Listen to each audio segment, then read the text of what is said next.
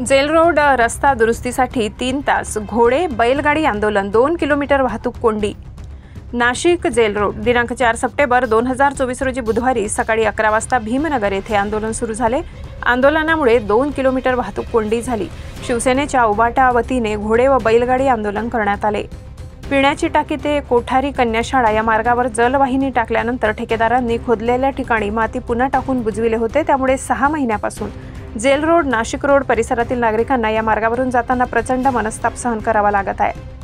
या विरोधात शिवसेनेच्या उबाटा गटाच्या वतीने माजी नगरसेवक प्रशांत दिवे आणि मंगला आढाव यांनी उबाटा जिल्हा प्रमुख सुधाकर बडगुजर, दत्ता गायकवाड, महानगर प्रमुख विलास शिंदे, आमदार वसंत गीते, योगेश घोलप, विभाग प्रमुख कुलदीप आढाव, नगरसेविका रंजनाताई बोराडे यांच्या नेतृत्वाखाली हे आंदोलन केले। शिवसैनिकांनी 4 घोडे व 2 बैलगाडी, हातात भगवे झेंडे आणि गळ्यात भगव्या मफलर ओढून नाशिक महानगरपालिकेविरोधात घोषणा दिल्या। या आंदोलनामध्ये जेल रोड भीमनगरचे नागरिक व शिवसैनिक मोठ्या प्रमाणात उपस्थित होते। यावेळी योगेश घोलप, संतोष साळवे, सुधाकर आढाव, सागर निकाळे, अतुल गवडी, अजय जाधव, कैलास डबे, कार्यकर्ते आदी उपस्थित होते। आंदोलनाला विद्यार्थी वाहतूक सेनेने पाठिंबा दिला। महानगरपालिका विभागीय अधिकाऱ्यांनी कार्यकर्त्यांना रस्ता दुरुस्तीचे आश्वासन दिले असल्याची माहिती मिळत आहे। महाराष्ट्र माझा न्यूजसाठी नाशिक शहर